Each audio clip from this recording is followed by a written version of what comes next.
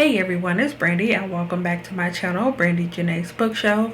As you could tell from the title of this video, today I'm going to be doing my October wrap up.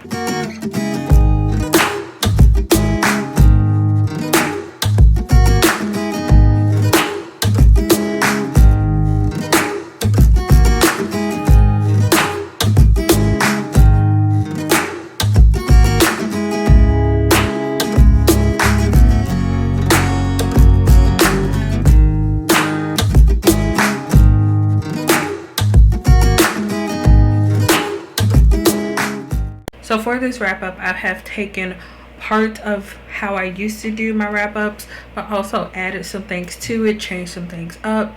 However, I think after this one, I will be going back to a few of the things that I used to do. And if I'm looking to decide, my computer is here with all of the information. As far as stats for October, I finished a total of 25 books. 4 of those were rereads, and then the other 21 I'm pretty sure were new to me. And then over 22 of those books, I believe, I read 5,406 pages. So I know that's kind of confusing, but at first I wasn't going to count 3 of the rereads, but then at the last minute I decided to include them in here because I did read them beginning to end. So I included them on my total books finished, but as far as page rating or page numbers for that, I had already completed most of the stats. So those last 3 rereads weren't included in that page count. And then my average rating for the month was 3.69 stars, and once again that was only over all of the books that were new reads for me. So 4 of the books that I finished I did not read. And just a few more stats. So I did have 2 DNFs for the month. I read 6 print books, 13 ebooks, and then I finished 6 audiobooks. Getting into the books that I read, first I will be talking briefly about my DNFs and then rereads. Starting off with DNFs, the first one that I have is Badgered to the Bone by Shelley Lorenstein, and this is the 3rd book in the Honey Badger Chronicles companion series. I was listening to this one as an audiobook from the library, and I didn't get very far into this one. I think I had maybe read the prologue and a little bit of the first chapter. However, I wasn't a fan of the audiobook narrator, and it was enough to where I didn't want to continue listening to the book in that format. And once I decided that I didn't want to continue on with the audiobook, I decided that I wasn't invested enough in the story to continue on with that. So yeah, that is a DNF. I might possibly try this in a different format at some point, or maybe pick up one of the other books in the series, but as of right now I'm not interested in that. And the only other DNF I had for the month was Feed by Myra Grant, and this one is about a zombie apocalypse. And this one I did get a little bit further into. I think I had read a few hours of this one actually, and I was listening to it at 1.5 speed, so I think I got, obviously a little bit further than however long I actually read. But going into this one, I didn't realize that it was a story about a zombie apocalypse, and then also dealing with reporters in like a 20-year time span since the beginning of the zombie apocalypse. So I just wasn't interested enough in the story at the time to continue on with this. Now I'm going to move into talking about my rereads for the month. The first one that I reread was Private by Kate Bryan, and this one is following 15-year-old Reese Brennan, yes, as she goes off to a boarding school, like an elite boarding school, after she is accepted for an athletic scholarship, and she's looking for the opportunity to completely change her life. And once she gets there, she tries to get into the it crowd of the school because she thinks that that's going to help her get the life that she was hoping for when she applied to the school. And this is one of the books that I talked about in my mid-month wrap-up for October, so I will make sure to leave that linked up in the iCards. I never remember which side it's on, but you can definitely check that out if you're interested in hearing about this book among all the others that I did read during the first half of the month. And the other 3 books that I reread, I'm going to talk about them all together because they're part of a trilogy, and that is the first 3 books in the ACOTAR series, or the A Court of Thorns and Roses series by Sarah J. Maas. So this was kind of a last minute read for me. I think I read these towards the end of the month, and I wasn't initially going to count these. I had wrote them in my reading journal where I track all of my books, but then I was just like, you know what, I'm not even going to bother putting them on there. But then I was thinking about stuff for this month, and I was just like, you know what, I typically count my rereads anyway, as long as I read the entire thing. So I was just like, why not? So I did listen to all 3 of these through audiobook, and I know that this is being extended into a longer series, but as of right now it is a trilogy with a novella. I didn't reread the novella, but I did read the first 3. So now I'm going to be moving into all of my new reads for October, and once again I will be talking about these in order from my least rated to my highest rated. And this month I was lucky enough to not have anything below 3 stars. So the first book that I'm going to be talking about is Witches Volume 1 by Scott Snyder, which I did give 3 stars. This one is following the Brooks family after they move to a remote town, and this is following a tragic accident that was surrounding the teenage daughter in this family. And this one is a supernatural paranormal type of story where there are witches, but they're not like the typical sense of witches that you would think of. So I'm not really going to get into too many details about the story because this is one of those where if I talk too much about it, it will spoil the storyline. But as far as the story, I will say that I was pretty shocked with how things ended up playing out and how everything was connected. But there were quite a few moments where I was confused as to what was actually going on because the storyline wasn't fully explained at first. We got like a little snippets and then things would happen, but obviously, like I said, they weren't explained, so I didn't always understand what was going on or why things were happening. And mixed in with the main storyline, there were quite a few flashbacks, and while I felt like some of them kind of helped us get to know a few of the characters a little bit better, there was a lot that I felt like was kind of useless to the actual storyline. Another thing that I wasn't always the fan of was the art style. The drawing itself wasn't so bad. I can be really picky when it comes to art, so I didn't necessarily mind the actual art, but it was like the colors were always really dark for the most part, except for the flashbacks. Overall, I thought it was an enjoyable story, and I would read more if there was ever anything additional to come out with the storyline.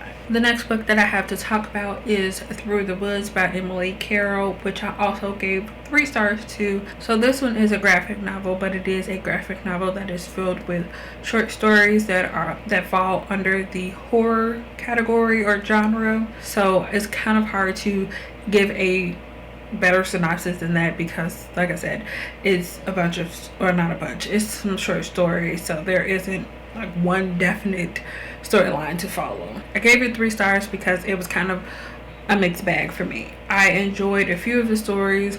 I think most of the stories were entertaining, but I did have a few that I enjoyed more than others. However, a big hindrance to this one is that I wasn't really a fan of the art style. As I just mentioned when I talked about witches, I can be really picky when it comes to art style, and I wasn't really a fan of the art style in this one at all.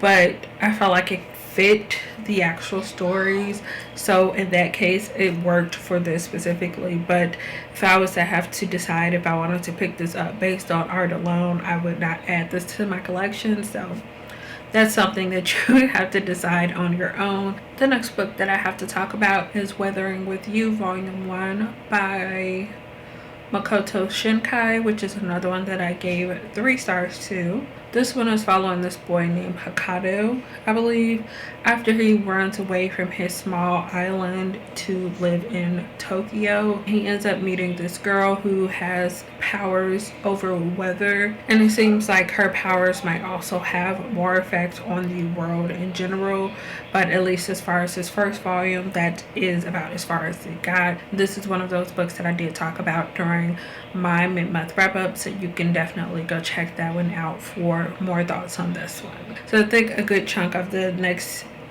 books that I'm going to be talking about were all mentioned in my mid-month wrap-up, so I'm just going to kind of go through those as quickly as I possibly can. The next book that I'm going to be talking about is Ouran High School Host Club Volume 3 by Bisco Hattori. So this series starts off following this girl named Sachi, who is a scholarship student at this elite school for like really rich kids.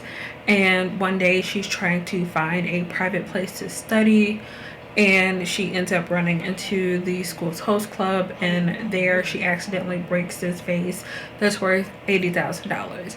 And because she can't afford to pay them back, they kind of almost force her into working for their host club in order to earn enough to be able to pay them back for the vase that she broke. This is another one that I did talk about in the mid-month wrap-up, so once again, you can go check out that video for thoughts on this one. So sorry, there was a slight mix-up, but the girl for Ouran High School Host Club, her name is Haruhi, not Sachi. I mixed up the next book that I'm going to talk about, but everything else that I just said is correct for Ouran High School Host Club. Next is Wild Ones Volume 2 by Kiyo Fujiwara, another one that I gave 3 stars to. A lot of manga, a lot of 3 stars. This one is the one that's following a girl named Sachi, and after her mother dies, she ends up having to go live with her grandfather because he is her only living family. However, she doesn't realize until after she has to move in with him that her grandfather is the head of a Yakuza gang, and she has to adjust to life with living with this gang after just being her and her mom. And you know, she's trying to make these adjustments while also still living life, or still trying to live life as a normal girl, and that leads to a lot of shenanigans for her. Another one that I did read during the first half of the month, so once again, check out that mid-month wrap-up. I feel like I'm about to be saying that a lot. The next one that I finished is Komomo Comfort City Volume 2 by Maki Manami, another one that I gave 3 stars. This one is following Komomo, and she comes from a really wealthy family that she didn't have to worry about anything in her life. Her life was pretty much planned out for her. But then after her father loses their wealth, she's forced to try to make a living on her own. And a boy from her past that used to his father used to work for her family, agrees to take her in and help take care of her. Another one that I talked about in my mid-month wrap-up. The next one that I have to talk about is Savannah Secrets by Reese Bryan. So this one is a dual perspective story following Savannah and Blake. However, the majority of it is told, I believe, from Savannah's perspective. Savannah moved to Tennessee to go interview for an open events manager position at King's Distillery, which is run by the Abbott family. However, her intentions aren't completely pure on going for this interview. Her grandfather has told her in the past how he has helped make the company what it is today, and she's going to seek proof of his help with the company, and in doing that receive monetary gains, I guess, for her grandfather and their family. And this is another one that I did talk about in my mid-month wrap-up. Taking a little bit of break from the books that I read during the first half of the month. Next, I'm going to be talking about Spell on Wheels Volume 1 by Kate Leith. So this story is a comic that is following 3 young witches, and one day they're out working, and one of them senses that someone has broken into their house and stolen some of their things. And the story is pretty much them going on a road trip to track down their items that were stolen and trying to get them back, and also trying to figure out who was behind the theft and why. So I ended up giving this one 3.5 stars, and if it wasn't for a couple of things, I think this could have had a higher rating for me. But overall, I did really enjoy the story. It had a few pacing issues. It took a little bit for the story to get started, so the beginning was pretty slow paced, but once they got on the road, I really enjoyed it then. One thing that I find kind of hard with comics is sometimes you don't really always have enough time to get to know some of the characters before things start happening. So while on one hand that could be a good thing because, you know, action stuff is happening or the story is moving forward, there isn't much character development enough for you to really get to know the characters and how they interact with each other, and that was something that I came across with this. Another thing that I found pretty frustrating about reading this one is that it seemed like almost every chapter or every issue, however you look at it, was different. Like the art style was different. There was one point I remember I was flipping back and forth between several chapters because I was just like, they didn't just look like this. Like, what is there something wrong with my vision? Like, I don't understand. And it wasn't a case of multiple artists being listed, or at least that I remember. I'm pretty sure that I only saw one artist, and I just didn't understand why there was so much different. Even the artwork inside was different from the cover art, and it just frustrated me so much. But overall, I did enjoy the story, and volume 2 will be coming out soon, I think January of 2021, so I will be keeping an eye out for that. So the next 2 books that I have to talk about, I'm going to be mentioning them together because they are part of a series, and that is Castle Mango volumes 1 and 2. And this is by Narise Konohara. So this one is following Yurizo, and he and his family are living at Castle Mango, which is a love hotel that was left to them after his father has died. And he ends up being mixed up with this adult film producer after interacting with him when they came to film at the Love Hotel. And it's kind of about a romance that is happening between the two of them based off of a situation that happened, or a perceived situation that happened. Not really going to get into too many details about these two, because this is another series or a couple books that I did talk about in my mid-month wrap-up. But volume 1 of this one I did give 3 stars, and volume 2 I gave 4 stars. Next, I will be talking about Blue Period Volume 1 by Tsubasa Yamaguchi. I gave this one 4 stars. So this one is following this guy named Yatora, and he is living his life based on the expectations of others. So because of that, he's a pretty popular guy at school, but he's also seen as a delinquent because of the kids that he hangs out with. He gets good grades because, you know, that's what his mother expects of him, but he also has a pretty good social life because his father tells him you can't be all work and no play. So like I said, he's just kind of going based off of what others are telling him that he should do. But one day he stumbles across this artwork, and because of that he develops a passion for art, and he becomes really invested in that because he has finally found something that he wants to do, something that he loves and makes him happy. So he's doing what he can to pursue that. This is one that I did kind of briefly touch on in my mid-month wrap-up, but I also did do a separate first impressions of this one, so I will be leaving that link so you guys can go check that out if you're interested and haven't already seen that one. Okay, so yeah, I read a bunch of ebooks, so it's nice to finally be able to get to some of my physical books that I finished. So next I'm going to be talking about Skip Beat Volume 44 by Yoshiki Nakamura. I can't get too far into this because, like I said, this is volume 44. I can't tell you what's going on in the story now because that's going to completely spoil it, especially if you haven't read anything about the series so far.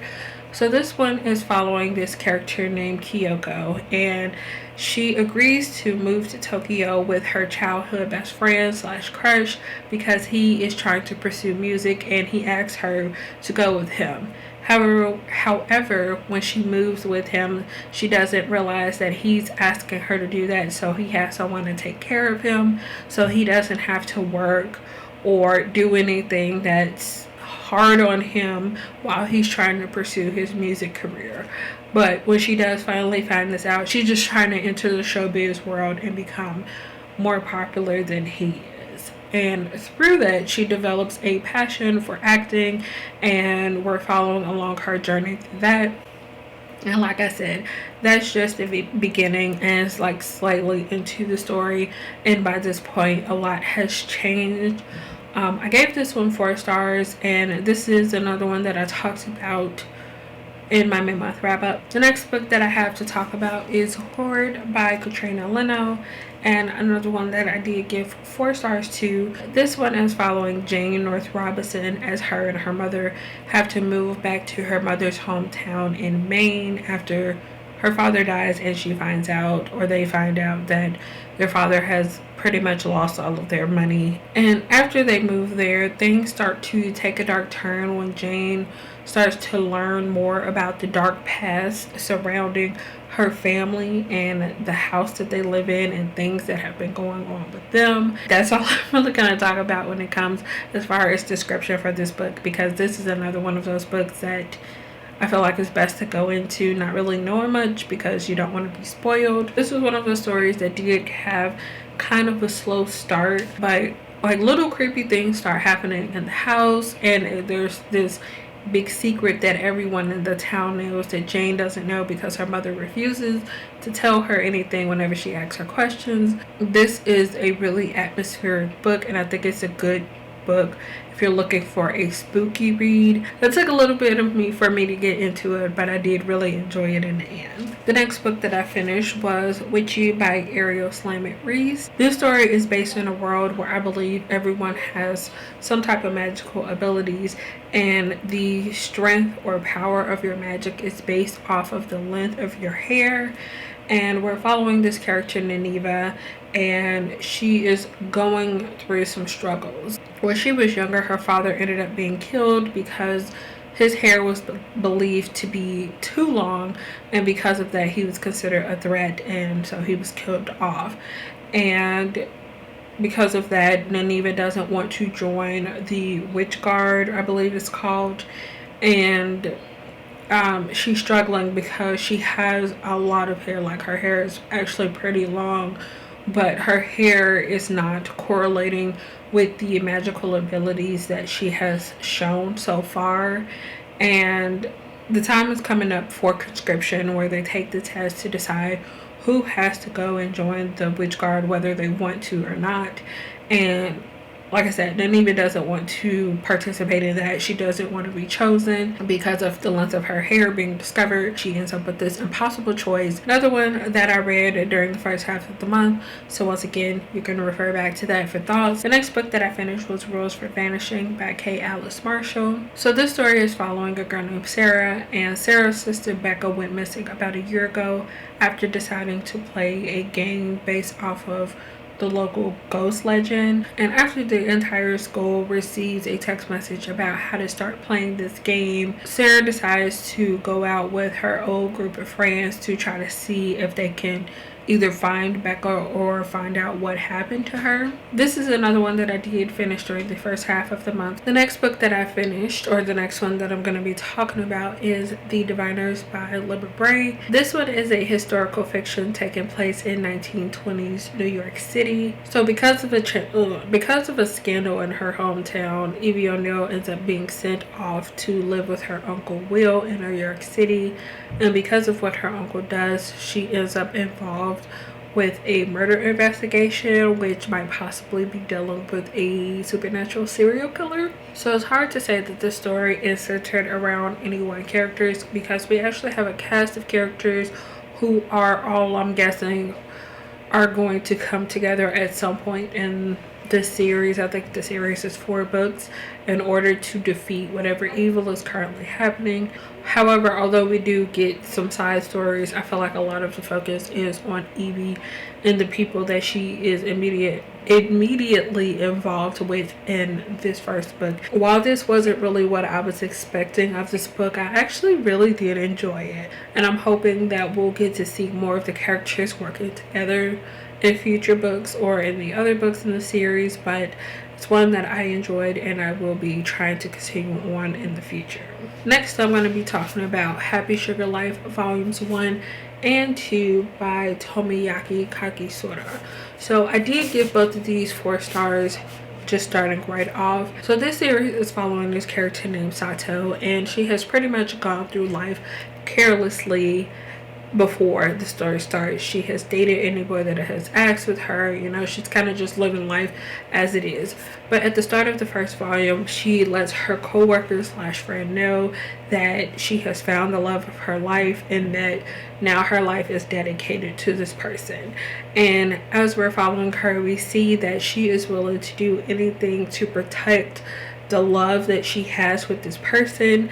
And when I say anything, I do mean anything, and it doesn't matter how extreme that thing is. So yes, like I said, I did give both of these 4 stars, and I did do a first impressions on both of these volumes, so I will make sure to link that there, because I feel like after going through the footage, I didn't do the best job of talking about them, but I did give more details about what you can expect from the story and whether or not you would actually enjoy it. This is one of those stories where honestly it's kind of very disturbing, and from these covers you probably wouldn't expect that. Looking at the covers, they're really bright, they're really colorful, they're really cutesy, and if you pick up like JoJo, these covers would look similar to JoJo titles. If nothing else, go check out that video for content warnings on these, because there are some serious ones for that. But I'm invested in the story now at this point with those, so I will be continuing on with the series. Next, I have My Love Story Volume 1 by Kazune Kawahara, another one that I did give 4 stars to. This one is following a guy named Takeo, and as of his current day, he has been unlucky in love. All the girls that he seems to have a crush on seem to have a crush on his childhood best friend, but all of that seems to change one day after he helps save this girl on the train, and it turns out that she might possibly have a crush on him. I'm not really going to get into thoughts about this one either in this video. I will just say that I thought this was adorable, and I can't wait until I can continue on with this series. But I did talk about this a little bit in my mid-month wrap-up, but I do also have a separate first impressions on this one as well, which I go into more thoughts and details on this one, so I will make sure to leave that linked up above so you guys can go check that out. The second to last book that I have to talk about in this wrap-up is Watch Me by Dorian Richards. This one is a picture book that is following the author's father as he decides to move to America to pursue his dreams, and how he sticks with those dreams despite the negativity that is surrounding him. Another book that I did talk about in my mid-month wrap-up. So once again, I feel like I keep saying this at almost every book, but you can go check out that video for all of the books, all of the information, you know, all the good stuff. So the final book that I'm going to be talking about in this October wrap-up, and probably the book that I most enjoyed, is Aurora Burning by Amy Kaufman and Jay Kristoff, which, if you don't know, is the sequel to Aurora Rising, and it is following everyone who made it past the first book unharmed. It's following them as they continue on their mission to try to defeat the Braham, which all of that is explained in the first book. So if you haven't read that, once again, I can't really tell you too much because I don't want to spoil it. Anyway, another one that I did talk about in my mid-month wrap-up. However, this is another one that I do have a separate video on. I did do a reading vlog which does have spoilers for this book as well as Aurora Rising. And at the end of that vlog, I did review the book as well as give predictions of what might possibly happen in book 3. So I will make sure to leave that linked up above so you guys can check that one out as well. But I gave this one 5 stars, and I don't think I said, but I also gave the picture book, Watch Me, 5 stars as well. So those were all the books that I finished reading in October. Like I told you guys, that was a total of 25 books. Let me know down in the comments what some of your favorite reads from October were. Thank you so much for watching, and I will see you guys again in the next one. Bye.